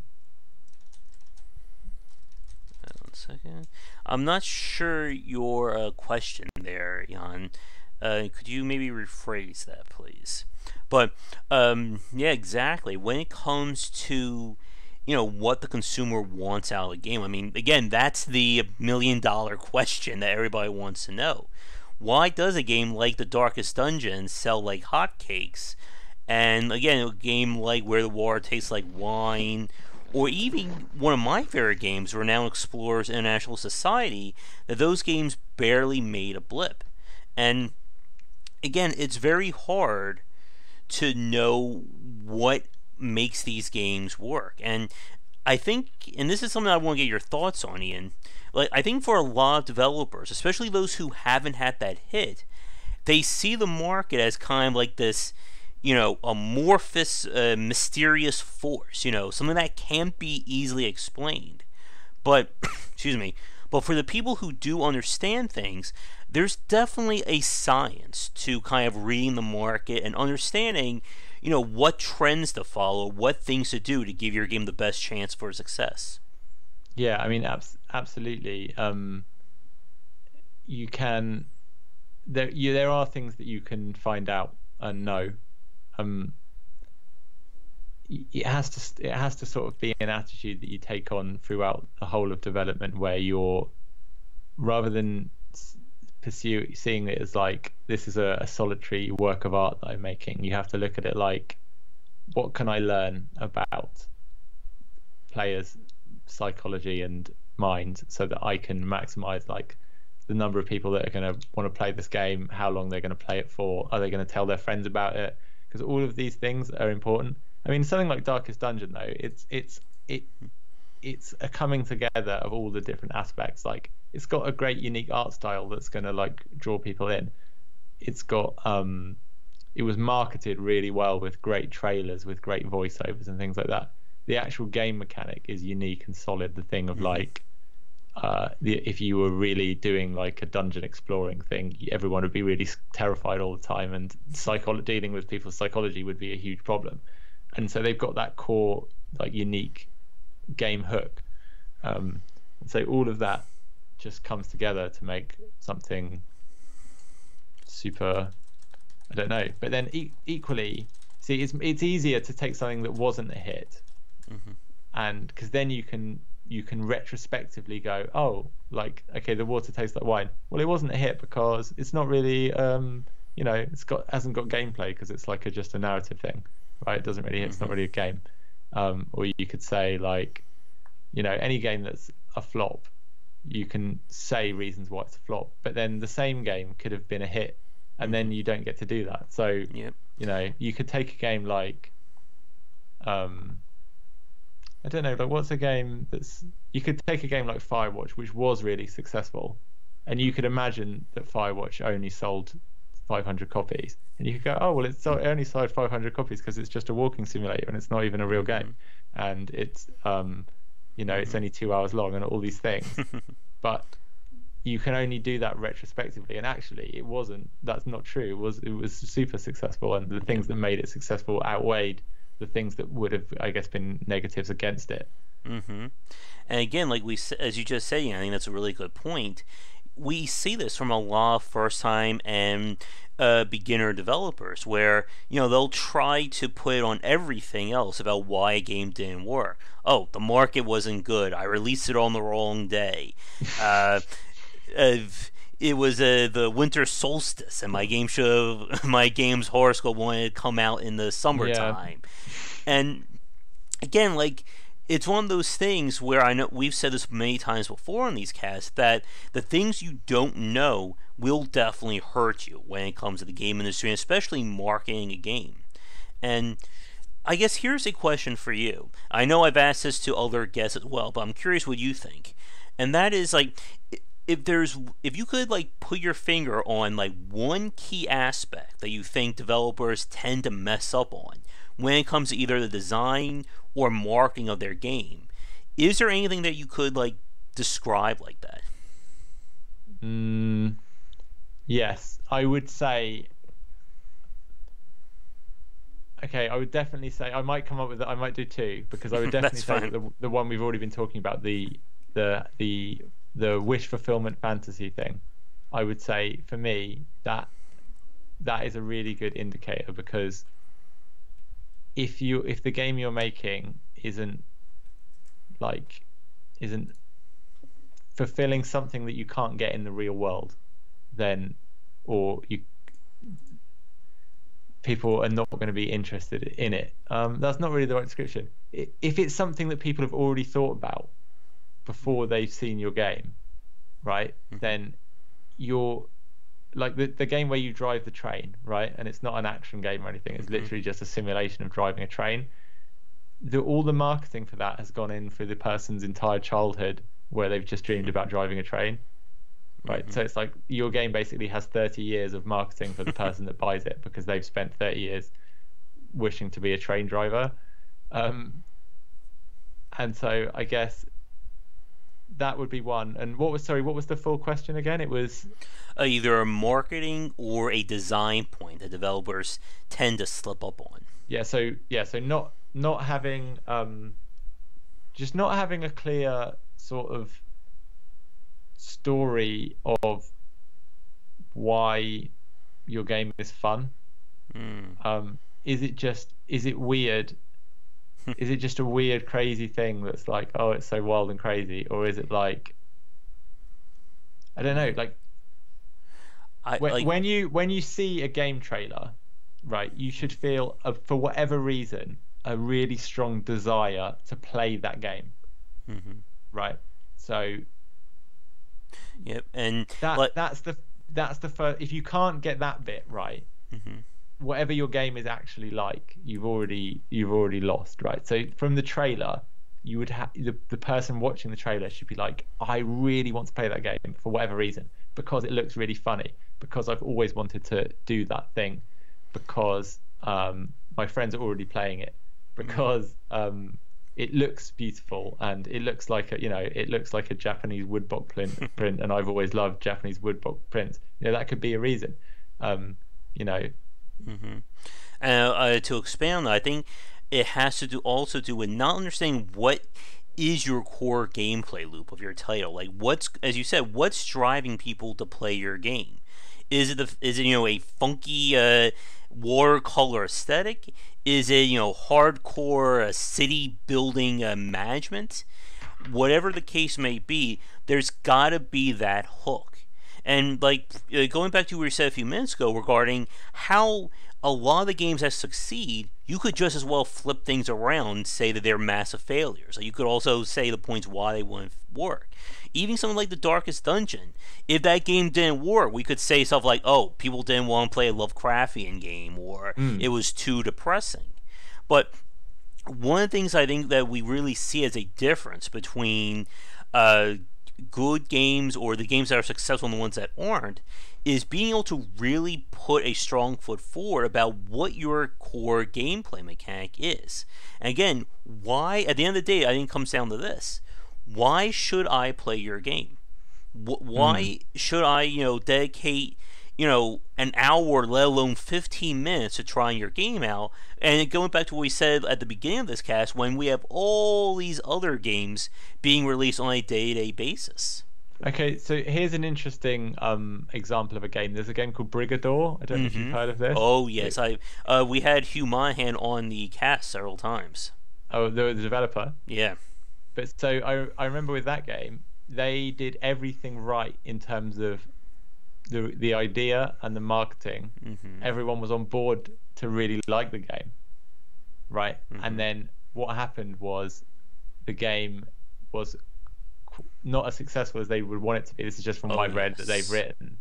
The game was not as successful as they wanted to be, because the people did buy it, but then the initial reviews and stuff weren't good, because the game wasn't doing exactly what people wanted from it. Mm-hmm. So it's the first point is getting people in. The core idea, the art style, does it look good in the trailer? That will get the first set of people to buy into it. But the problem is you have to have the core loop, like you say, you have to have a really addictive, compelling game to keep people, and then that's how you get the good reviews and all that stuff. So it's two battles. The first battle is getting people's interest. The second battle is keeping their interest. Exactly. Now, the keeping their interest, that's where you need a completely different set of skills, which we haven't even really talked about. And that's things like moment-to-moment gameplay versus like long-term goals. So your moment-to-moment gameplay needs to be great, but you also need to have long-term goals. So that's where you need things like quest systems. You need to have this. Your game needs to be structured in a way where people feel like they're making progress, essentially. Yeah, you're making progress. You want to come back to it. That's like that's like me with Clash Royale. It's like I want to build my deck. It's like really important to me now that I like get better cards in my deck, and I go and open my chests every day to like see what I've got and stuff. And yeah, it's that you need short term. It needs to be fun moment to moment, and then you need to have medium term goals and long term goals. And exactly, yeah. That's the way you can. If you think about how many games people have in their Steam libraries, etc., these days, or their collections, when they open Steam or they open their phone, what's going to make them press your game? And it's because you left them with something. You left them with a cliffhanger. You left them wanting more. You give people a reason to come back. Yep. And that's a really good point there, Ian, about moment-to-moment versus long-term, because you really do need both to make a compelling game. I have played many games where the core gameplay loop is great, but there's nothing keeping my interest. Like, I'll play your game for like 10 to 15 minutes, and now I'm like, what else is there? There's nothing here. There's nothing more for me to do, so I'm done. But then conversely, there are games where the moment-to-moment isn't all that great, but in 30 to 60 hours, it will be this amazing, oh my god, great experience. But in that case, who's going to really want to stick around for 30 to 40 hours of preamble before the actual game gets going? No, that's definitely true. I mean, that's why I never got into World of Warcraft, because even though it has amazing like long-term hooks that keep you playing over for months and months, I never found the moment-to-moment gameplay like compelling enough, because I guess I was used to playing more like action-y games, and I wasn't used to just clicking on stuffs and it slowly reducing the health bar. Yep, I am the same way. It's why, again, like I love like the Diablo series, because the moment-to-moment works, and then you have the long-term goal of getting more loot. I mean, I've spent, oh my god, I don't even know how many hours I've spent playing Diablo 2 and Diablo 3 combined at this point. But I can tell you it's a lot more than I spend playing World of Warcraft. Yeah, so, I mean, and I guess the thing is that the concerns are different depending on where you are, like, in your career. Like, if you're just starting out, you want to start by not making like basic mistakes. So like, and once you're not making basic mistakes, then you can worry about the other things and stuff. So like I was a university lecturer for a short time, and I taught game design to students, and a lot of what I had to get them to do was just stop making like basic like preventable errors. Make sure your game doesn't crash, make sure that you can't like fall out of the level, make sure that like you have sound effects for everything that happens, like not just half the things that happen. Make sure that the sound effects actually sound good, make sure that the sound effects actually play when they're supposed to play, not like a second later. Or I guess here's a major pro tip: make sure your game doesn't crash the second someone clicks on start. That'll be a very important one. Yeah, I mean the thing is, when you're like starting out, there's so many like basic errors that you make, and that's part of the process, I guess, of learning the craft. And once you've, and until you do that, you don't really have to worry that much about, you know, the moment to moment game, you know, the long term gameplay and all that things. But it's like once you seriously want to have a hit game or something that, you know, will make money or that is popular, even if it's a free thing, yeah, that's when you really have to get into these other aspects. And I think like visuals is such a big part of it. You can't overlook how important is how things look. That's what gets people in the door, basically, is like what's the story, what's the narrative that you're selling. Like, oh, you're a train driver, robot pilot, space pilot, whatever, and how does it look? Does it look amazing? You know, what's the story you're selling? What does it look like? And then once you've got people's interest, yeah, then you have to keep it with these other all these other things. Yep. And another game I think had that issue. Did you ever hear of the game Sky Shine's Bedlam by any chance, Ian? I don't know that one, no. This was a tactical strategy roguelike game. I think this was like 3 years ago, maybe 4. And the game had like a really impressive, like, comic drawn, you know, like that heavy ink style to it. Had a really great look, very great theme to it. But once people started to play it, they ran into so many difficulty spikes and the gameplay just not being intuitive. And all the people who bought into the game and said that they liked it, and the same thing as Where the War Tastes Like Wine Brigador. A lot of critics were, you know, praising the game. It got very great impressions when it was at trade shows. But then once the consumer saw it and they started playing it, it was just like, I remember the developer saying, it was just like a complete 180 from everybody else's experience. And what ended up happening was all the people that were brought in by the unique art style and the description, you know, they kind of like, it was like one of like those turnstiles. They went in and they immediately went out because the gameplay wasn't what they were liking. And just like Brigador, the developer, I think they spent 6 months to a year completely redoing all the game systems and design, and relaunched it as kind of, I think it was called the Redux Edition. And this was more in line with what people were expecting out of this game. And that's actually a very interesting point about what you're offering versus what people are expecting. I think that's another very interesting topic that many developers may not really think about. Because we see this with developers trying to chase after specific genres, or, as we said earlier, specific themes or hits. We've talked about Battle Royale many times over during this cast, but for a period of time, the whole idea of a Souls-like, that was the previous trend maker for like the last 3-4 years. After the success of Dark Souls and Bloodborne, everybody wanted to make the next, you know, gloomy, brutally hard game.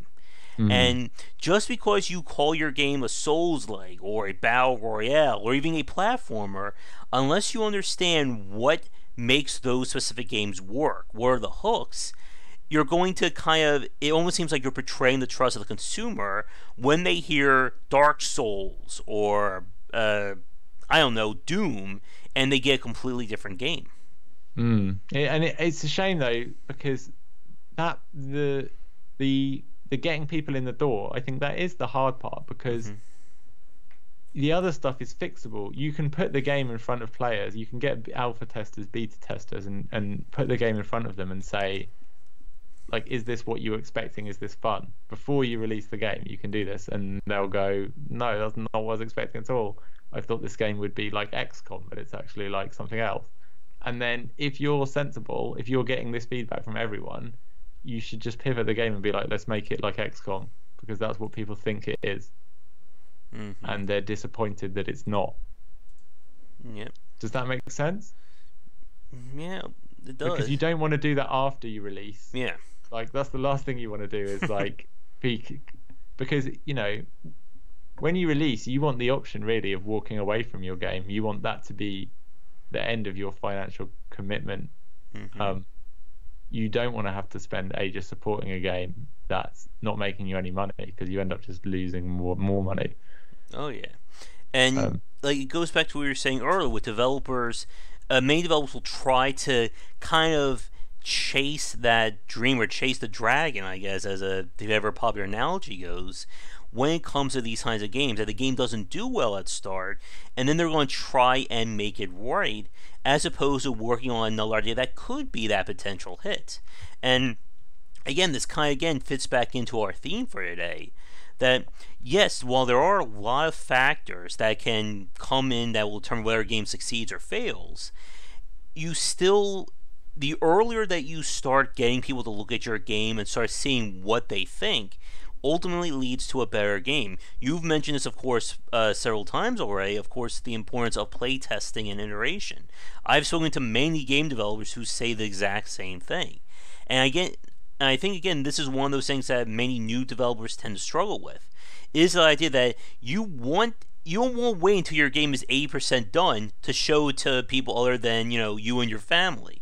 The earlier you can get people to look at your game and see what the consumer thinks, it will ultimately make the game better. Yeah, something else that I've been reminded of as well is, I can't remember where the quote was from, but it was something to do with like, you can only show people like 2 new ideas at a time, or it might even be 1 new idea at a time. So like there's nothing wrong with staying very close to things like genre conventions and stuff if they're popular.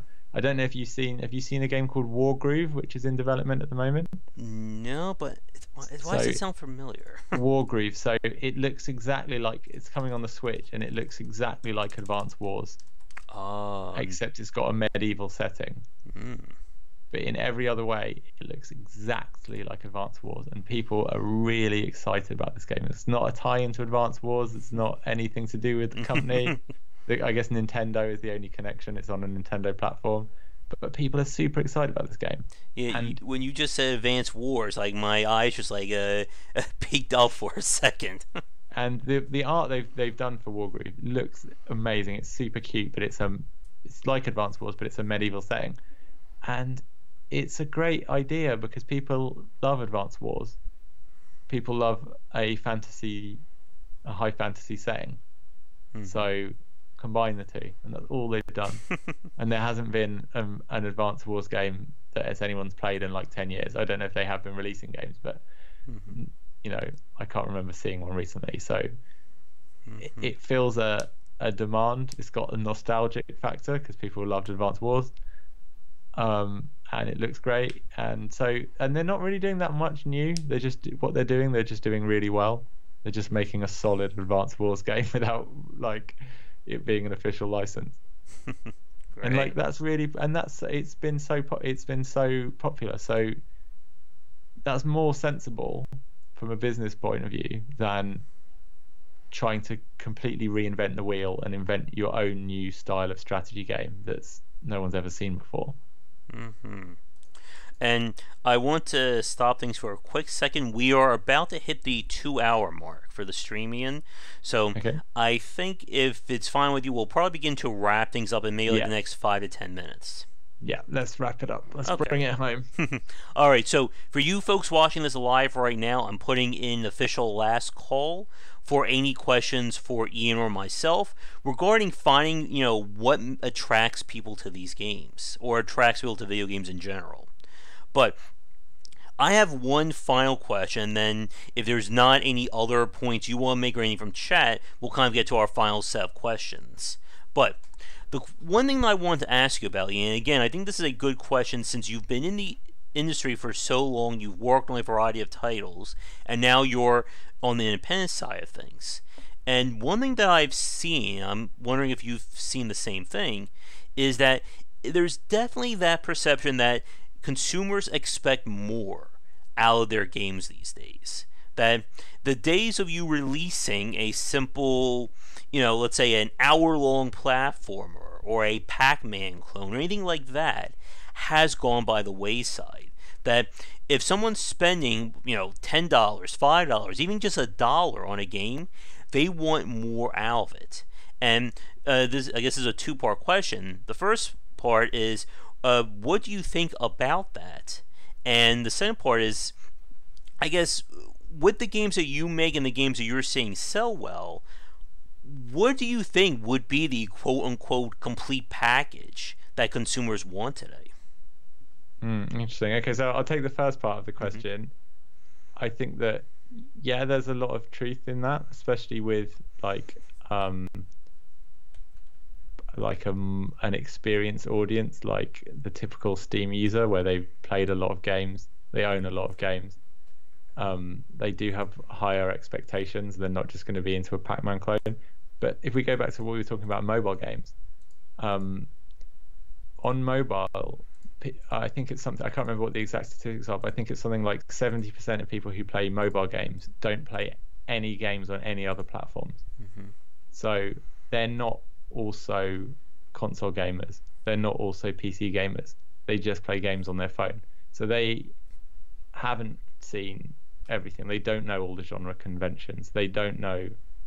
They might be happy with a Pac-Man clone, although a Pac-Man clone wouldn't work great with mobile with touch controls. So you probably have to simplify it further actually, and just make it so that Pac-Man can turn left or right, but it goes automatically goes up and down or something, right? So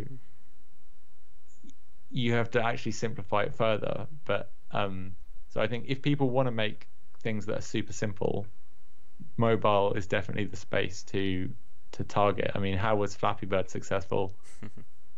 I don't know, but it was.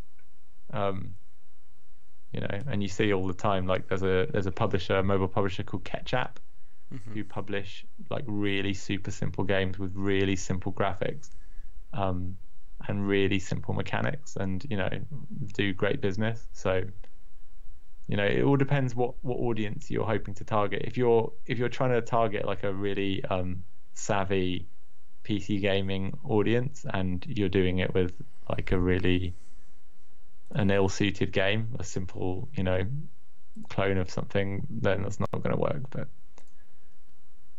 and then what the second part of the question, what would be the ideal package? I mean, something, I guess the ideal package at the moment would be something that is very extremely streamable, multiplayer. You want to come back to it every day. It's always different.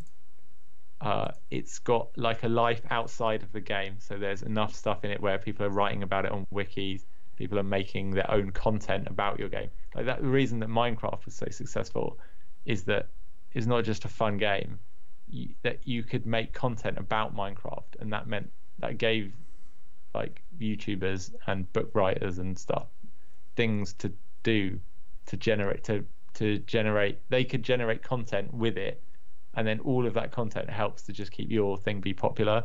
So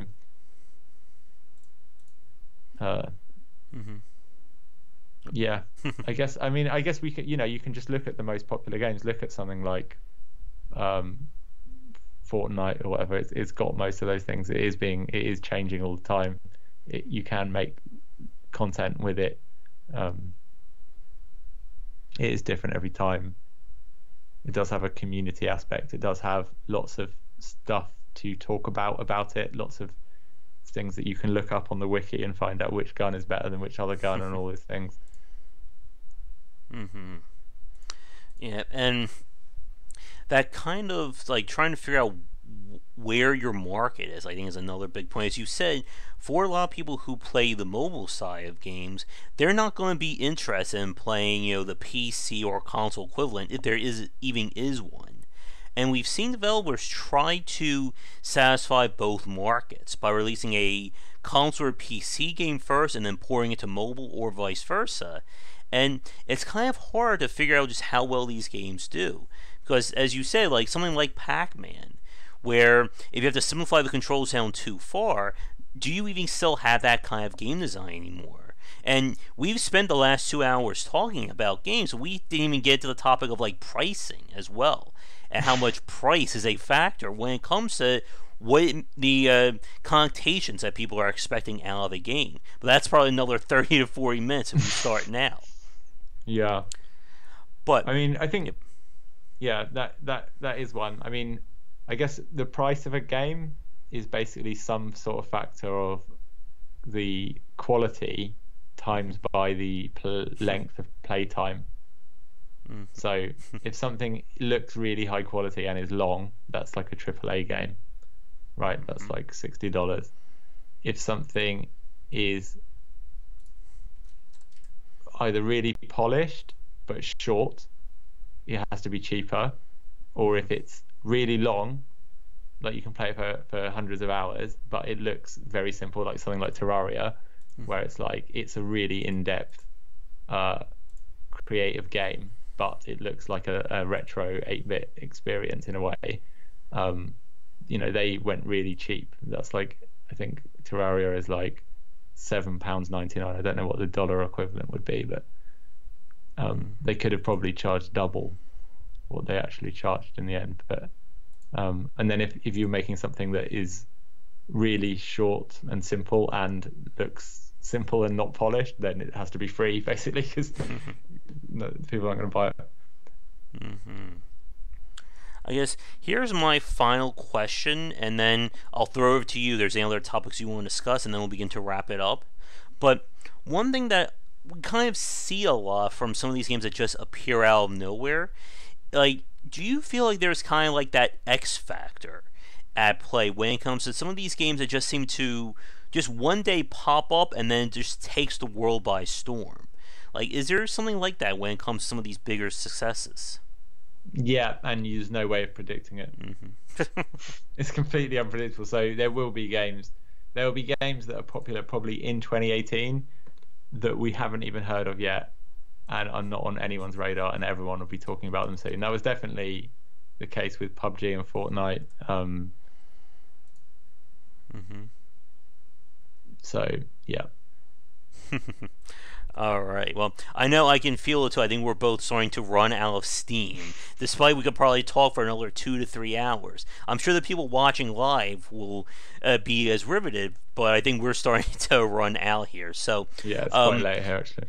I have a few wrap-up questions for Iain, and then we'll get going. But before we get there, are there any other topics relating to what we've talked about regarding, what games sell, or what are some important factors that we didn't bring up that you like to touch on now?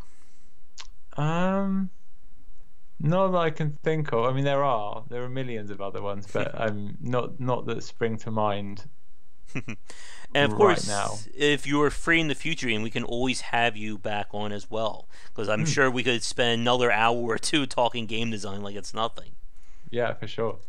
All right, so in that case, I'm going to say no more questions then, because I just have a few more, and then we'll say goodnight for now.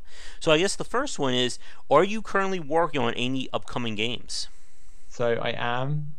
It hasn't been announced yet, but I'm not going to develop it in stealth mode. I'm going to announce it really soon, as soon as we've got...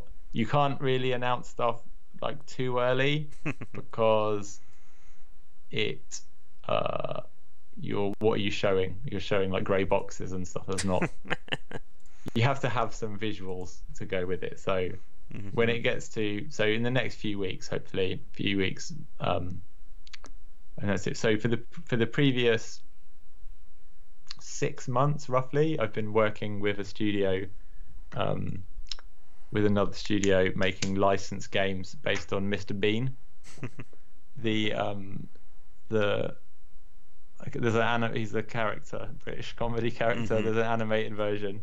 So I've been working on Mr. Bean based games for with another studio on a freelance basis. So that's what I have been doing. I'm now finished with that, and I'm working on my own stuff again. So have a game in development. Me and my partner Amanda are working on that, and it's going to be announced really soon. I guess the only way to find out about it at the moment is just to follow me on Twitter, which is just at Iain Lobb, IAINLOBB. And yeah. All right. And do you have any other... One thing I would say about what we're working on is that it does... I am trying to follow my own rules in terms of the things we talked about tonight, in terms of like humor being really important, replayability, creativity, players being able to make their own content based on it. and I can say it's not multiplayer because, yeah. I take it's not a battle royale game either. No. All right. Well, I think with that, I am just about out of stuff, so I think we'll wrap it up here. So, Iain, has been a pleasure hanging out with you this lovely afternoon for me. I'm sure it's more in the evening where you're at right now. Yeah, it's like bedtime. All right. Well, I won't keep you any longer. So, like I said, I actually do have to keep you for like 30 seconds once we end the call or end the podcast. But after that, I won't keep you any longer. Okay. But for you folks watching us live or recorded, thank you so much for tuning in. I put a link to Iain's site earlier, and is iainlobb.com the best place for people to find you? Yeah, because on there you can just see my work and stuff, and also at the top there's a place where you can click my Twitter link if you want to follow me on Twitter, or you can also click my email address if you want to say hi. All right. And for people who want to follow me or get access to this video or when it goes up record form earlier and without ad-free, be sure to check out patreon.com/GWBycer. For any new folks watching who would like to get access to our Discord channel, it is now open at the basic level. I'm putting a link to it in the chat down there. But that is going to do it for tonight. I'll be back on later this evening for regular game streams. And if you're a developer who would like to come on to talk, whether a live or recorded cast, please don't hesitate to get in touch. But again, Iain, thank you so much for coming on, and I'm sure we'll talk again in the future. Thanks for having me. Not a problem. So, for you folks watching us live recorded, have a great rest of the evening, and I will see you all next time. But until then, take care.